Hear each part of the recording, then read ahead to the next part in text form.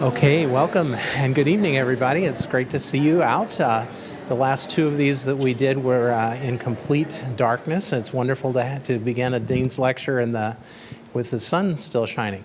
So this is the third installment of the year, the last one of this academic year. And we'll have some announcements about plans for the upcoming year in just a little bit, too. So as Dean, I'm really pleased to do the Dean's Lecture Series. It's been a tradition in our College of Humanities and Social Sciences. It's a way that we can bring our experts out here to the public and to give back to the community that supports us, to the taxpayers and to our neighbors in Whatcom County. I'm really happy that we're able to do that. Before I introduce tonight's speaker, I want to talk about the next two speakers for the upcoming year that have been confirmed. So in the fall, at some point, we will have a presentation from Professor Douglas Sladen, who's in the Communication Sciences and Disorders Department, and he'll be talking about hearing loss in adulthood. And then in the winter quarter, we'll have a professor from our Department of Journalism, Carolyn Nielsen, and she'll talk about training journalists in the era of fake news and all the challenges to prepare professional journalists. So I hope you'll come. I hope you'll tell your neighbors and friends about it. These presentations are rebroadcast on cable TV to an audience of tens of people. You can have a watch party at your house if you enjoy tonight's presentation. And I do want to say welcome to everybody who is watching us on cable TV. I also want to thank the City Council for making this venue available to us and for their technical staff who are helping to record tonight so that it is able to be broadcast on cable TV. Thank you again for coming out. So tonight's speaker is Professor Steve Bennett. He's a faculty member in the Department of Health and Human Development, and his expertise is in epidemiology and the ecology of infectious disease. His interest in infectious disease began as a Peace Corps volunteer working on public health programs in Kenya, and he's recently returned to Kenya. Steve earned his master's in tropical medicine and parasitology from Tulane University School of Public Health and Tropical Medicine. Maybe we'll hear more about that too. Afterward, Steve worked in South Sudan on President Carter's guinea worm eradication program, and then returned to the United States to complete his doctorate in environmental infectious diseases at the University of Minnesota, where he became an expert on ticks. He's taught courses for us in the public and environmental and global health programs, in disease ecology and environmental sustainability. I've titled Steve's talk, Why I Probably Won't Sleep Well Tonight. But Steve has titled his talk, Pandemic on the Horizon, Climate Change and Infectious Disease. So please join me in welcoming Steve Bennett. Well, thank you very much. Thank you, everyone, for coming back inside on this glorious sunny day to learn about diseases and climate change. Perfect thing to do on a sunny day. I have my own acknowledgments. I just want to thank Western for giving me this opportunity, as well as the College of Humanities and Social Sciences, where I'm in the Department of Health and Human Development and currently housed in the Community Health Program. And so thank you to all of those programs. I also wanted to toss in the University of Minnesota, where I just finished my PhD work there. And so thank them for funding me and getting me this far. And I would be remiss if I also didn't thank my husband and my two kids. The one in the sunglasses there has already been name dropped today. That's Doug Sladen, who will be talking about hearing loss into adulthood. And then my two children, Reese, my son on the left, and Sawyer, my daughter on the right. And now that is the most important part of this entire presentation. So, before we start talking about climate change and the impacts of climate change on infectious disease, I wanted to make sure that we're kind of all on the same page about what we're talking about with climate change. Terms get thrown around a lot, and they don't all necessarily mean the same thing, and it can cause a lot of confusion. For instance, it's sunny and gorgeous outside right now, but I don't know that if you walked outside, if someone would say that this is exemplary of the climate of Bellingham. This, might be something you see on a minority of days rather than a majority of days. And so the sun outside is essentially the weather that we're dealing with. But weather isn't climate change. Weather is something that is temporary and changes day by day. It's the reason why when you talk to loved ones you haven't seen in a while, you ask them how the weather is where they're at. And so then we get into global warming. Now, global warming is essentially just the continuous warming of our climate. Significantly and specifically over the past 100 years, and we've seen a big uptick recently.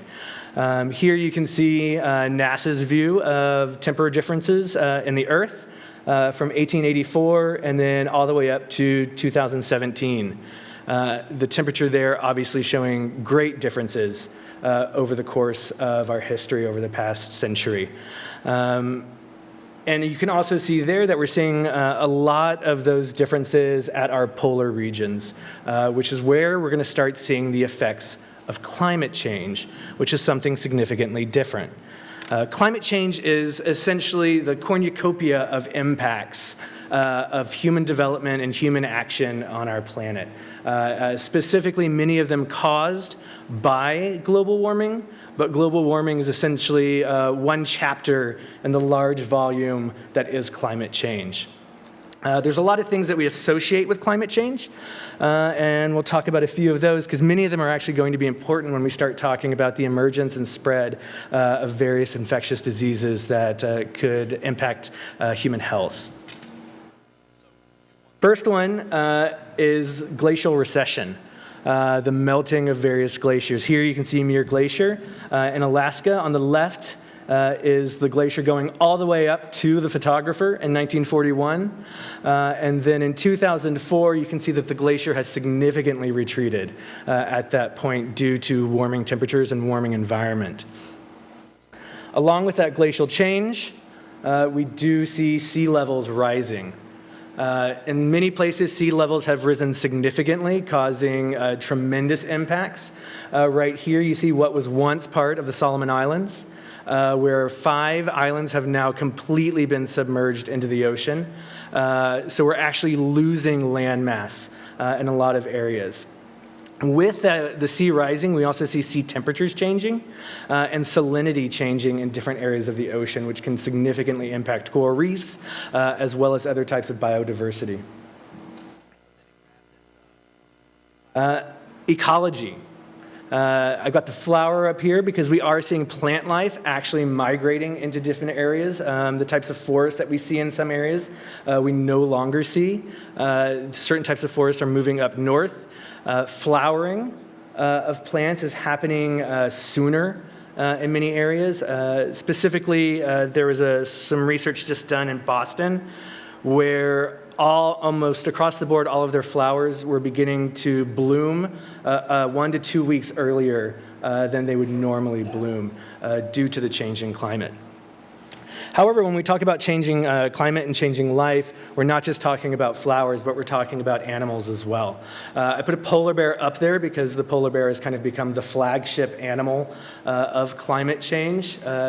Being an animal that has a hard time adapting to melting poles and is now in many areas unable to adequately hunt. So we can see changing ecology there with certain animals unable to literally survive the changing climate. However, it's not always that dramatic. We even have bird species that have changed their flying patterns and actually will stay in certain areas, and migration patterns have been dramatically impacted. That may actually become important when we start talking about infectious disease as well. Drought. Along with all of the other warming, we see increase in drought. We can even see the impacts of drought. We've had the massive fires all over many parts of the United States, not just the United States, but around the Tropical Belt. We're seeing forest fires and other types of fires increasing due to drought. Drought also leads to famine and malnutrition. often opening the door for infectious disease as well. But unlike some assumptions that people may have, global warming and climate change doesn't just lead to drought, it also leads to other types of erratic weather events, including massive types of flooding. This is India dealing with some massive flooding. And many types that flooding goes along with other types of extreme weather events. As people have been pointing out, multiple snowpocalypses have been happening in the United States recently, as well as London and other places. Ironically, people often like to point at a snowpocalypse as proof that global warming isn't happening. But that's often kind of missing the forest for the trees, so to speak. And global warming is very tied into a lot of these erratic and extreme weather events. The most famous extreme weather events being our hurricanes. We've been seeing an increase in the number of hurricanes, as well as the severity of hurricanes that we've been dealing with globally. This is not to say that anytime we have a hurricane, that the reason that that hurricane is happening is because of climate change. But when we start looking at the trends of what we're seeing with these hurricanes, with the number of hurricanes that we see in a season, as well as the severity and intensity of those hurricanes, those trends we can tie to climate change. Here we can see they're looking at the Atlantic and West Pacific hurricanes. If you can see there, the blue line is showing essentially what is the power dissipation index of our hurricanes, averaged out over all of the hurricanes that we're seeing in the Atlantic and the Pacific. So this is essentially looking at size and intensity and wind blow of what these hurricanes are putting out. And if you look at that green line, that you can see seems to be highly correlated to the intensity of our hurricanes, that green line is essentially a mean ocean temperature. So looking at the water temperature where things are happening and that sea surface temperature and comparing that to the intensity and rate of the hurricanes that we're seeing. Additional research has begun to look at the amount and percent of land area that's being impacted by extreme one-day precipitation events. So this can be snow or rain, and those flooding events and intense rain events. And here you can see, when you look at the bar graph, that the number of extreme one-day precipitation events has been pretty much on the rise, especially the past decade and a half. And that, again, seems to be highly correlated with the percent of land area that is also being impacted. So not only are we seeing more massive weather events, but we're seeing more land impacted by these massive weather events. So the geography is being expanded. So what I'm going to look at now, and kind of what we're going to go through, is a couple kind of case studies, to use a little bit of a word there, to look at climate change and its specific impact on a few specific diseases. And they can kind of be looked at as some flagship diseases, and some of the systems can be applied to other pathogens as well. The first one being one of our most famous diseases, especially as far as tropical diseases are concerned, which is malaria. Probably one of the most important diseases that we are currently dealing with, especially when we're looking at development and countries' ability or inability to develop and to get out of poverty. Some fast facts. Just in 2016, there were 216 million cases of malaria. And even more shocking than that is the fact that almost 500,000 people died from malaria in 2016. Yet I still feel that this is a disease that often in the West and in more developed countries, we really tend to ignore or put on the back burner outside of hearing about certain things, whether it be Bill Gates or other people working on projects, but it's not something that really creeps into our daily life. Except for the fact that about $2.7 billion was spent per year in funding in order to combat malaria. So this is a highly costly disease. And this is a newly adapted, and actually compared to the statistics that we used to have, this is fairly good news comparatively, which is a sad state of affairs to say that a child dies about every minute A few years ago, that statistic was a child dying every 30 seconds. And if it brings it home any, when we think about it, my presentation today is about 45 minutes long, which is going to be the death of about 45 children from malaria as we sit here. Malaria is a highly complicated disease. It is a protozoan. It's not a bacteria or a virus. It has a really complicated life circle with multiple stages that are very, very different. It also requires the mosquito vector as well as human beings in order to complete its life cycle. One thing that's really important on top that you might not be able to see exceedingly well there is that human beings actually can build an immunity to malaria. And that's important when we talk about malaria ecology and some of the impacts that climate change might have on malaria.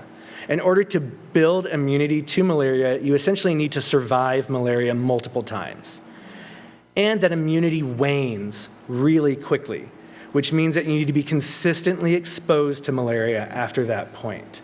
For instance, if you're living in a malaria endemic area and you're consistently exposed to malaria, and then you leave that region for a while, say a couple of years, and then come back, you'll find that a lot of people will get really sick from malaria. It's a challenge with sub-Saharan African countries that have different regions. For instance, Kenya has some areas that are much higher altitude than other areas, such as Nairobi. So people will go into the city to work for a couple of years, but then go back out to the village and then be re-exposed to malaria. Hold on to that nugget that becomes important later. Other things that really impact malaria is temperature. Temperature impacts malaria in multiple ways. It can increase a mosquito's biting rate, causing mosquitoes to essentially become more aggressive. It also can increase a mosquito's development rate from larvae into adult. And temperature can increase the reproduction rate of the Plasmodium disease within the mosquito. So increasing the rate that malaria actually reproduces itself within the vector. Essentially causing mosquitoes to become infectious faster. Here you can see when we look at temperature's impact on larval and adult abundances, you can see those kind of gray hatched areas are essentially the sweet spot for mosquito reproduction and larval development. The interesting thing to take note of, however, is that as temperature increases, you can see that essentially there's that law of diminishing returns with temperature. Heat's great until it's too hot, at which point reproduction goes down, larval development ceases, and mosquitoes actually will die because it becomes too hot. Similarly here, we can look at Plasmodium vivax and Plasmodium falciparum. Those are two separate species of the malarial parasite. Both causing malaria, but they are in different regions and function slightly differently. But there you can see that they both peak at about 31 degrees Celsius, which is the high 80s, 88, 89, is where we find that they're having really high production rate, increasing the infectivity and ability for mosquitoes to actually transmit those pathogens. So when we start looking at climate change and we start trying to wonder about how climate change is going to impact malaria, we see a few things. One, we see mosquitoes being able to breed more readily, growing up and developing faster, and we see malaria itself being able to reproduce really quickly within mosquitoes. And so all of that in and of itself is a really strong threat.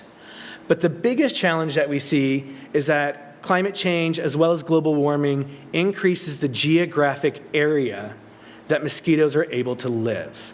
So areas that were once too cool, essentially for mosquitoes to be able to survive and reproduce in, are going to warm up over the next couple of decades, meaning that mosquitoes will then be able to move into those areas. Here we can see a few models that were run, and if you look at in sub-Saharan Africa, and if you look at the small models within each of them, essentially what here on the top left is our current state of affairs as far as our mosquito and malarial distribution. And then B1, A2, and then the other one are essentially looking at three different future scenarios for what climate change could look like. But what we see in all of those scenarios is a dramatic increase in malaria in multiple countries. And we see it in specific areas such as the Horn of Africa and then South Africa. and the Southern African region. South Africa and the Southern African region is often seen as one of the malarial safe zones comparatively. And then the Horn of Africa has often been seen as too dry for mosquitoes to essentially be able to reproduce and survive enough. But with climate change, what we're seeing is that those areas, essentially we may be opening up the doors and laying out a red carpet for mosquitoes and for malaria to start moving in. Here again, we see another mathematical model and future prediction model. And here is where we start getting into the complexity of what might actually occur. And so what we might not see is simply a geographic spread of where mosquitoes are and where malaria is, but we might actually see a full tilt change. Because while certain areas are going to become more hospitable to mosquitoes, other areas that are currently highly endemic for mosquitoes and malaria probably will become too hot. And so some of those areas, we may actually start seeing malaria cases dip.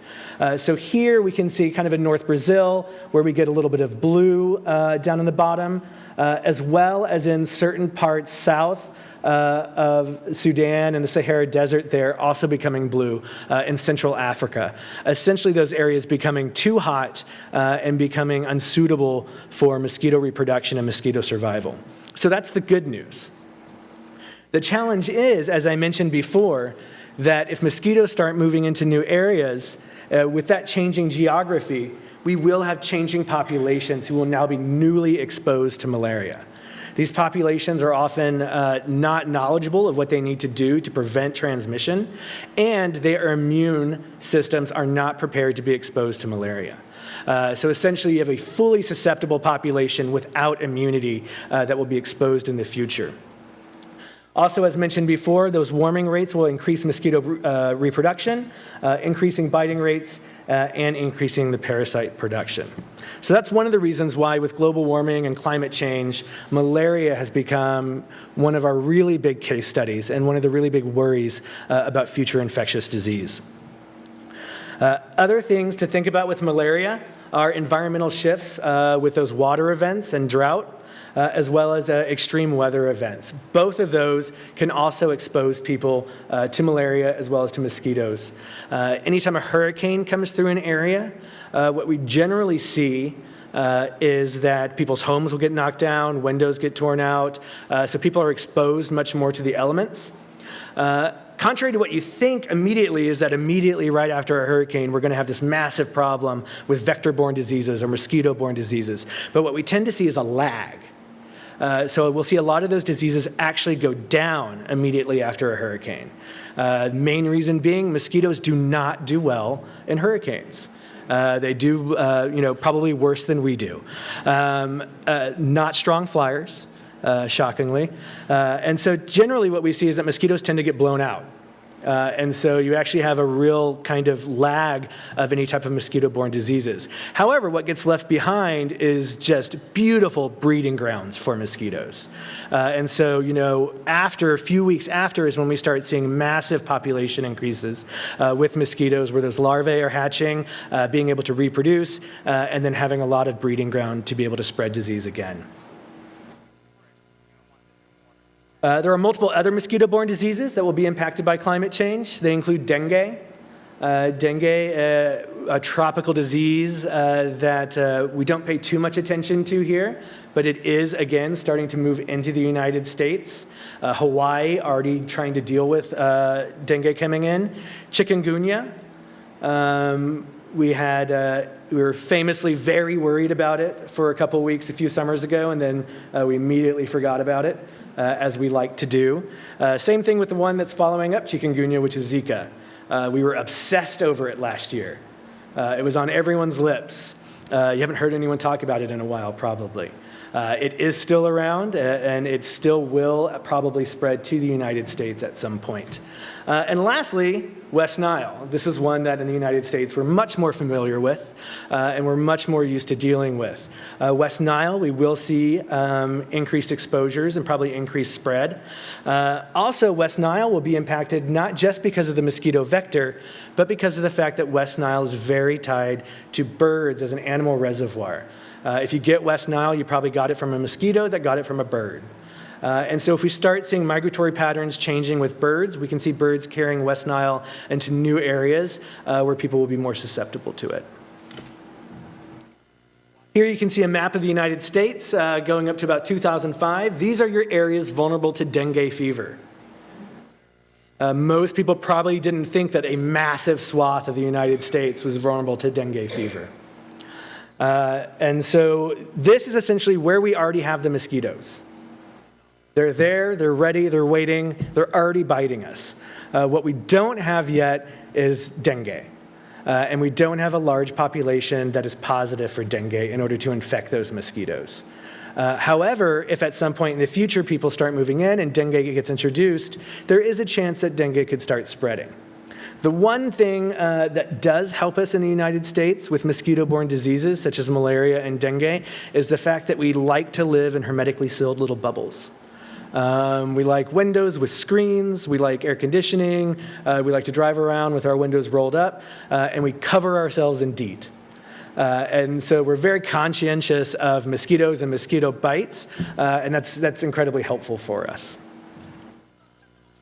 Here you can see the impact that dengue has already had and climate change has already had in introducing dengue into Hawaii, where we do have multiple cases of dengue fever actually showing up and being transmitted in Hawaii.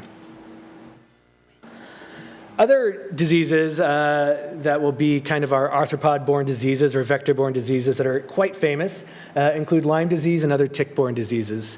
This is my friend right here, Ixodes scapularis. Often referred to as the deer tick or the black-legged tick. He was my obsession for the past 7 years doing my PhD dissertation. I'm happy to move on from him a little bit. But he or she does carry Lyme disease, which is Borrelia burgdorferi, the most common vector-borne disease in the United States. We worry a lot about mosquito-borne diseases and things like that, but none of them hold a candle in the United States to Lyme disease. The tip of the iceberg of Lyme is the greater than 30,000 confirmed cases that we get every year. I say tip of the iceberg because those are the people who know that they have Lyme and they went to the doctor and that got reported. The CDC generally estimates that we probably see 300,000 cases of Lyme per year.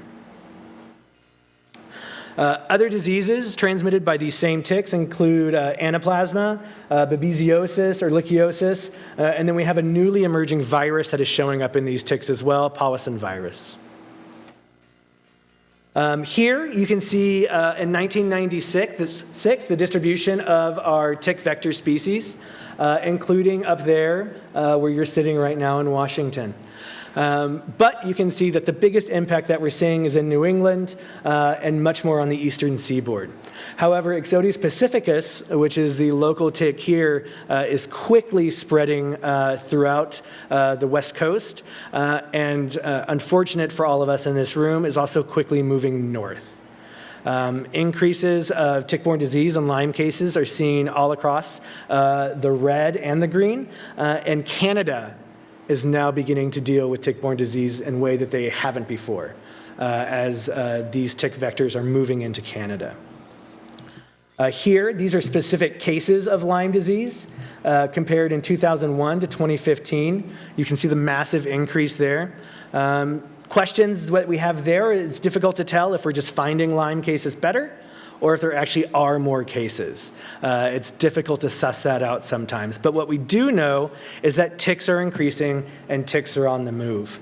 Here we see the 7 counties that surround the Twin Cities in Minnesota. All the red dots show tick concentration. Up on the further left is 1993 to 1997. And as you move clockwise, you can see the increase of ticks moving around the Twin Cities zone there that correlated with the increase of Lyme disease cases as well as other tick-borne disease cases over the past 2 to 3 decades in the Twin Cities. The other thing that we're seeing with climate being changing and the general ecology changing of areas with this changing climate is complete species replacement. In Minnesota, where in 1990, when we started doing tick collections, we got Dermacentor variabilis. So that's your dog tick or the wood tick, the big crunchy guy that crawls around on things. As freaky as he might be to some people, you really don't have to worry about disease as much from the big ticks. It's the little ones that you worry about. In 1990, over 90% of the ticks that we collected were that species. By the time we got down to 2013, Ixodes scapularis, which is our disease vector tick, had started replacing Dermacentor in the percentage of ticks that we were actually collecting. Other types of diseases that take really center stage when we start talking about climate change include waterborne diseases. Here's a picture of South Sudan when I lived there, of one of the water sources for the community that I lived in. That would be generally how most water would get collected and consumed. And that becomes important when we start talking about some of these impacts. We can see when we start looking at data from the WHO and UNICEF that 2.1 billion people lack safe water. These are current statistics. And 159 million people are actually getting water from surface water. So this is not well water, groundwater, or anything, but collected off of the surface. With 844 million people not having basic drinking water services. All really important to think about as we think about a changing climate and a warming climate.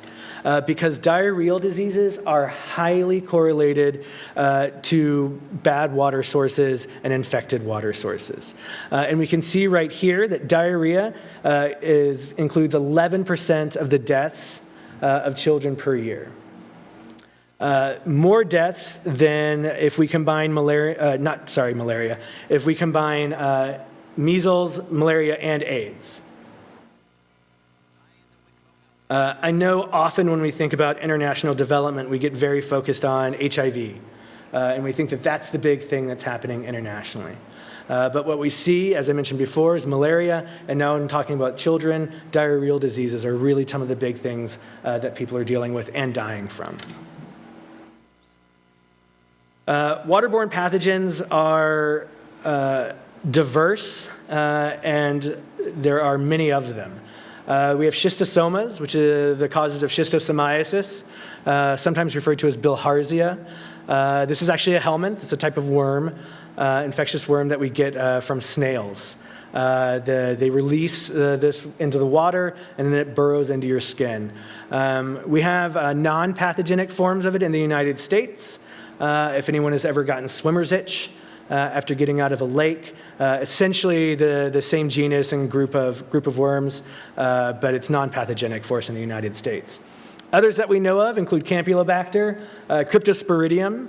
We have a lot of outbreaks in Cryptosporidium related to water. Kids' splash pads will have outbreaks of Cryptosporidium related to them.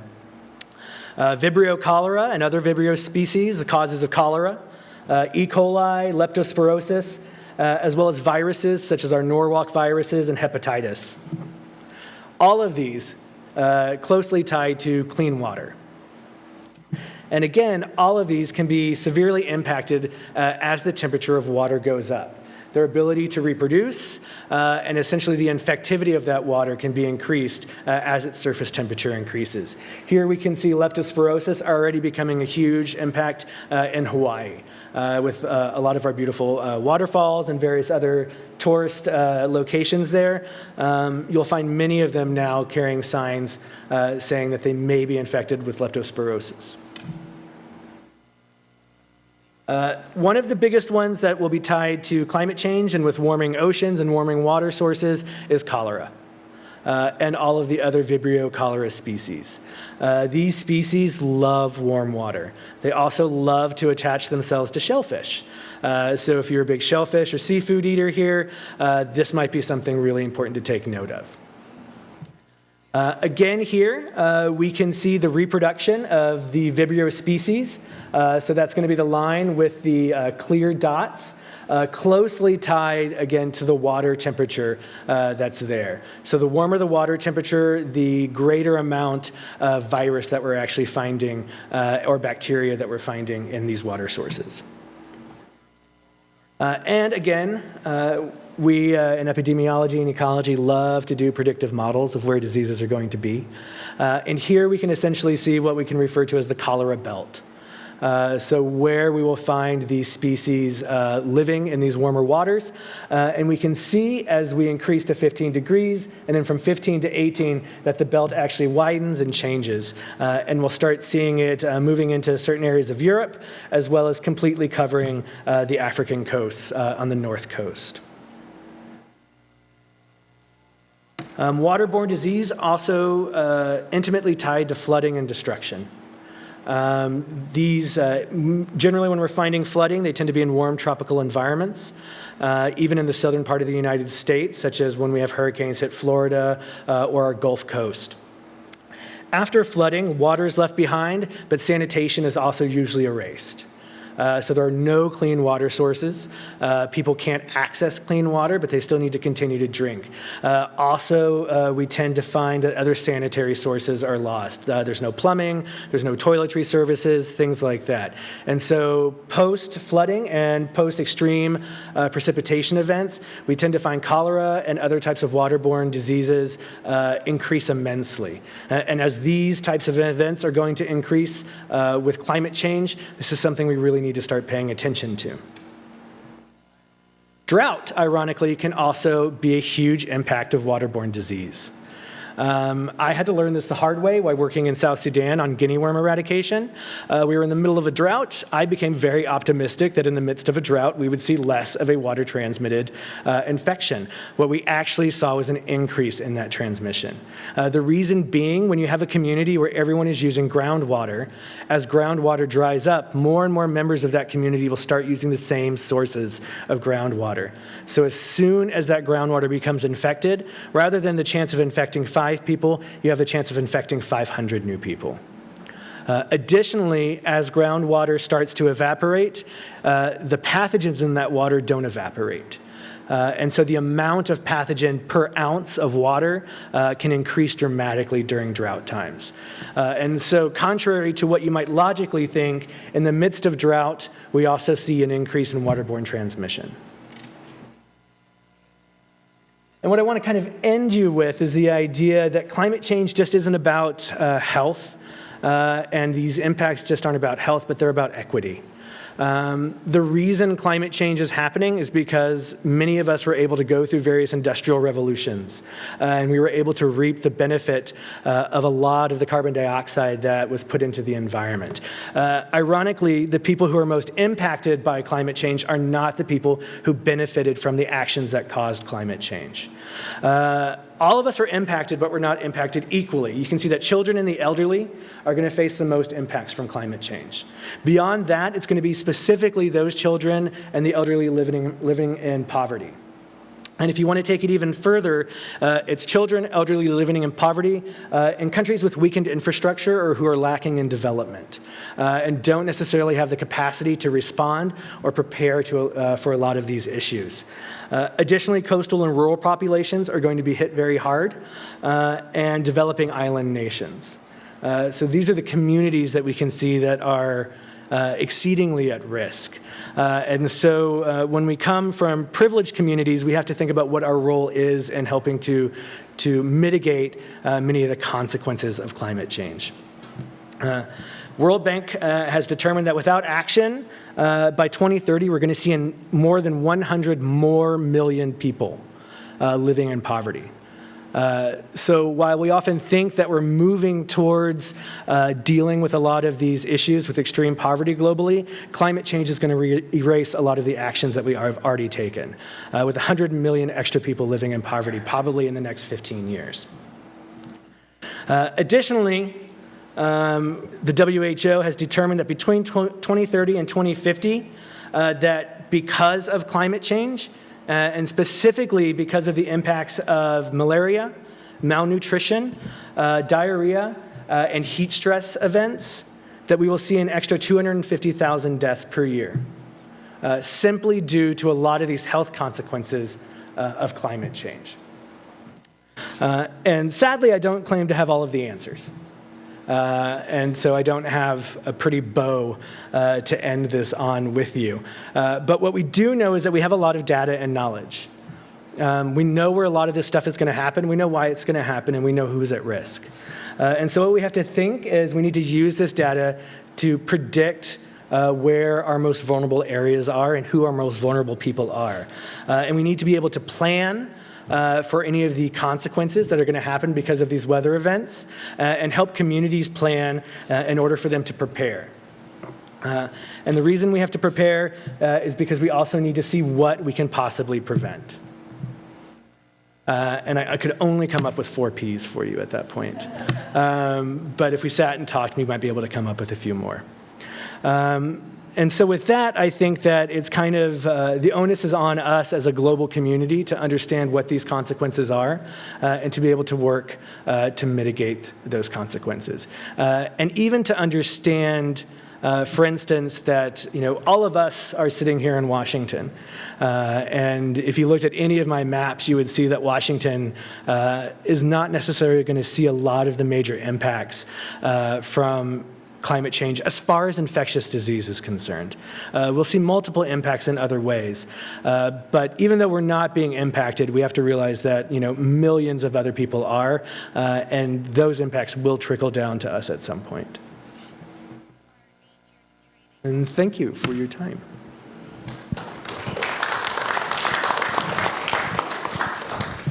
Thank you very much, Steve. Sure. So thanks, Steve. So now we'll take questions, and Kirsten will come around, or I will come around with the microphone because we'd like to record your question as well as Steve's answer. So please, Dennis, you want to start? You got it? Okay. Yeah. Thank you. One of the theories about the survival of the gene for sickle cell anemia is that in the heterozygous state, it gives some protection against malaria. Yes. Is there evidence to support that? Yes. Yeah, sickle cell is generally assumed to be kind of an evolutionary response to malaria. Not necessarily that it evolved because of malaria, but that people who had the sickle cell trait were able to better survive and therefore then pass that gene on. And so it is definitely protective for many people who have malaria. It's a double-edged sword, obviously, because while it does help with malaria, it can cause severe other consequences. Oh, yeah, the homozygous state is very serious. Yeah. Okay. So, second question, follow-up. Is there evidence now that the malaria has evolved to be resistant to some of the traditional drugs, the quinine-based drugs? 100%. Malaria, the Plasmodium species tend to become resistant to medication faster than we can come up with them. Ironically, what we're finding is that Western medicine is actually learning a lot from traditional Eastern medicine when we deal with malaria, because some of the medicine based off of Chinese herbal medicine is actually some of the stuff that's still working. But even that is still beginning to lose its efficacy.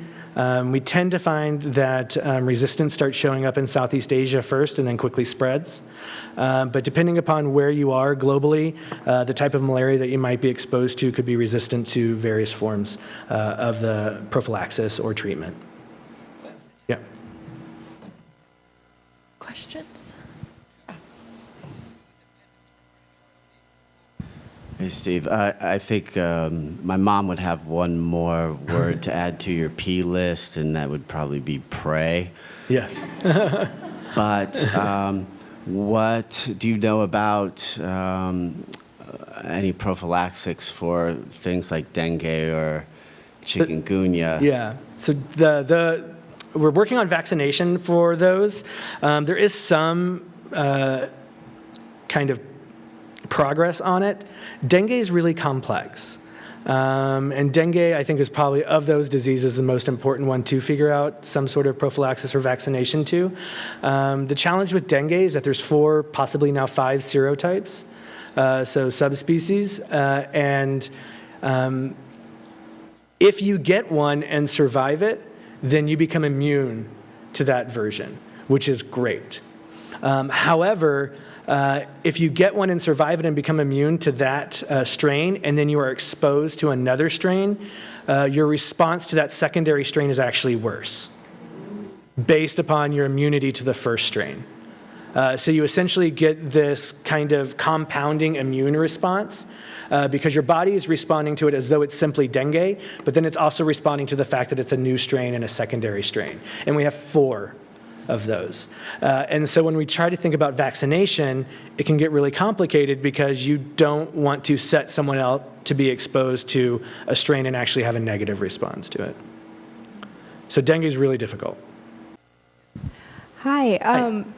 With all the knowledge and data that we're getting from looking at predictions and everything, what is the government here in the United States doing to spread awareness to citizens who are becoming more at risk? Currently? Yes. Not an exceeding large amount. Our current situation is that our current government is not very readily acknowledging climate change or its impacts. So the idea that our current government would actually spend money to mitigate the impacts of something that they deem doesn't necessarily exist, we're in a bit of a catch-22 there. Okay. Follow-up question. Yeah. What are the people who are finding this information, what are they proposing to do in order to spread more awareness? Well, things like the Paris Accords are trying to work really hard at spreading awareness. The WHO works internationally to spread awareness and to do preparatory work, as well as some of the large NGOs that we have, whether it be the Clinton Foundation or Jimmy Carter, the Carter Center is active in dealing with a lot of these things as well as Bill Gates. And so, we're kind of in a current situation where we're relying on ex-presidents and extremely wealthy people to decide what happens, which is challenging. And so the WHO is involved, UNICEF and other organizations are. The good thing is that many of the countries that are going to be most impacted by climate change are well aware of it. And those countries are doing their best to try and take as much action as they possibly can as well. Could you talk in a little more detail about the current status of Zika and the trajectory? I mean, are we looking at a lot of herd immunity now that it kind of died back a little bit? Or Yeah, so Zika is interesting. So Zika is an old disease. It's been around for a really long time. We've known about it for probably 60, 70 years. What we hadn't seen until it was introduced into South America was the hydrocephaly and microcephaly and all of the other consequences of it. And Zika is still spreading. It's still happening. I think that we will start probably seeing outbreaks of it in the southern part of the United States, just as we did in Florida and other places. I think that what we ended up finding out is that the microcephaly essentially happens in a really rare amount of cases. A, you have to be pregnant with a child when you're exposed. And B, we saw so many cases of it that we assumed that it essentially always happened when you were exposed to Zika. But then with a lot of research, what we essentially found out was that Zika came into South America and essentially just spread massively and spread really quickly. So the reason that we saw that massive increase in microcephaly is because everyone essentially got infected at one time, and it spread so quickly. We then, at this point, will start seeing less and less microcephaly because essentially your population is going to be exposed to Zika before they're childbearing. And so by the time they get to an age where they're having children, one of the hopes is that with Zika spread, that they essentially will already have built that immunity, been exposed, and therefore they won't see the consequences with their children. What we don't know, and what is just starting to be researched, is whether, if not, there are any other developmental consequences that we just haven't seen and haven't paid attention to. But in terms of its spread, like beyond where it was epidemic, I think it's in most of the places that it's already going to be, and so we'll just start seeing the edge spread. Which is what I think that we're going to be seeing with malaria. So just as things warm up and as mosquitoes start moving out, we'll start seeing more and more of it. Again, in the United States, mosquito mosquito-borne illnesses just don't do as well because we're not outside as much, and we're very conscientious, and we hate mosquitoes, and we cover ourselves in chemicals to stop mosquitoes from biting us. And many other places, people just get more exposure to those mosquito bites. Because the one thing you always have to have in order for these diseases to spread is you need to have an infected person that's there. And the infected person needs to spread it to multiple mosquitoes who then need to spread it to multiple other people. Without that, and without having kind of infected and actively infected people, you don't really see those mosquito populations getting impacted. And we also, in the United States, more than many of the areas south of us, have discernible seasons where our temperature gets low enough that mosquito populations dwindle dramatically. The difference being diseases like West Nile, because there we don't have to have infected humans for West Nile. We just need the birds to bring it to us. I'd like to ask a follow-up to that question. Could you just explain what herd immunity is to us? And Yeah. you were So herd touching at the edges of it. But. Yeah, so herd immunity is essentially saying that if enough people within a population are immune to a pathogen, that pathogen has an inability to spread. It's the theory that supports the idea of vaccination. And herd immunity can happen at different percentages. So essentially saying that you don't need 100% of people in a community to be immune to a disease to stop that disease's ability to spread. Because, for instance, for a disease to spread, if I have some pathogen and I need to spread, I need basically an effective contact with someone else, however that effective contact might be. It could be interpersonal, it could be through a mosquito, but I need to have some sort of effective contact rate. If, say there's 30 people in here, if 25 of you are immune to whatever I have, the chances of me walking out and touching 3 people and being able to spread and cause an outbreak of disease is really limited if most of the people in the community or within this room are already immune to whatever I've got. The sad thing is, for a lot of the diseases that we're vaccinating from, herd immunity is around 85 to 95 is what we need to see, which is why when we have vaccination rates even dip slightly, we see outbreaks of disease.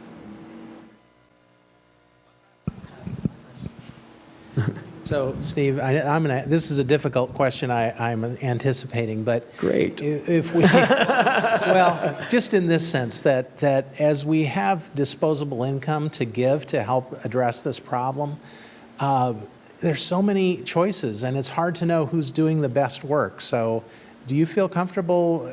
No. No. Okay. I'll just keep doing my research. I think that if you look at organizations, depending upon what you're giving to, if you look at organizations like the Clinton Foundation or the Carter Center, or even the WHO and things like that, I think that they are doing good work. I think with every organization, we could have a week-long debate about its efficacy and its ethics, even down to the WHO, even down to Bill Gates. Because every time we give money to one of these organizations. For instance, if Bill Gates is doing a lot of fantastic work, but at the same time, Bill Gates gets to decide who gets help and who doesn't. And so there's ethical considerations and ethical challenges even within that. Beyond the fact that Bill Gates, with his money, gets to decide for other countries what happens in their countries. And what's best for their communities. And so these are all questions that I don't 100% have the answers for. But they're questions that you should keep in the back of your head when you think about who you're partnering with or what you're doing and who's doing it and why. And so I'll ask another, maybe less difficult, but there are young people in our audience, I'm sure watching on TV. It strikes me that it takes courage to go into countries where these diseases are rampant and you're not immune to them all yourself. But we have idealistic students at Western. So what would you say to somebody who's considering a career in working to mitigate the diseases you talked about? What advice do you have for our students? And well, the good thing is we come from a very privileged society, and so it doesn't take us too much courage in my mind, because we get to move into communities, and I get to go into malaria endemic communities, and I get to take a pill every day. And the people in that community don't necessarily get to take that pill every day. And my pill gets covered by insurance, so it doesn't even cost me. But you know, to quote one of my friends, one of my best friends and coworkers in Kenya, and we had a similar conversation with her when I was in Kenya with some students, is take a back seat to the communities that you think you're there to help. Communities often know what they need more than you do, and so figure out how you can best assist communities to solve their problems. They know what their problems are, and they usually know what the best fix to the problem is. Often, it's just about the means to get those things done. And so if you can help people with the means to get things done, more often than not, they know what to do. Go here first. It seems to me that one of the biggest problems with this whole disease situation, and I got the feeling it's the elephant in the room, is that by and large, the people who suffer from these diseases are brown and black. And the people who have the money to help them out are white. And certainly in the current American administration, that is almost a barrier to any aid to the people who need it most. I can co-sign that statement.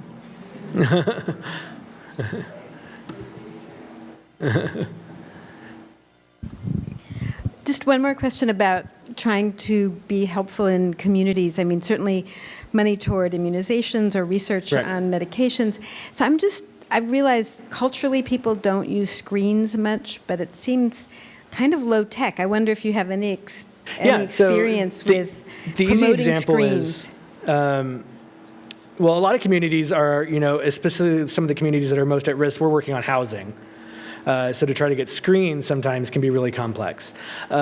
These communities are often really hot communities too. It's really warm. And you'd be surprised at the impact that a screen can have on the temperature. One of the biggest things that was a learning experience for me, I remember going to Kenya and moving there my first time and being like, what? We can all get mosquito nets. Why doesn't everyone just sleep under a mosquito net? This solves all the problems until you sleep under a mosquito net one night. And then you lay there, you get wrapped up in it, it's uncomfortable, it's hot. You have to treat them with chemicals for them to effectively work. They get holes in them. You've probably got kids and animals running around. They're going to lift it up at various different points. Also, you know, these mosquitoes really tend to start biting at dusk. So are you essentially asking everyone at, 6 p.m. to run under their net and spend the rest of their night in the net? And so I think that there are easy solutions that are always lay on a mound of complexity.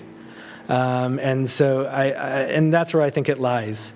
And mosquito nets are increasing their usage, and people are starting to use them more, and they are exceedingly helpful, but they're not the silver bullet.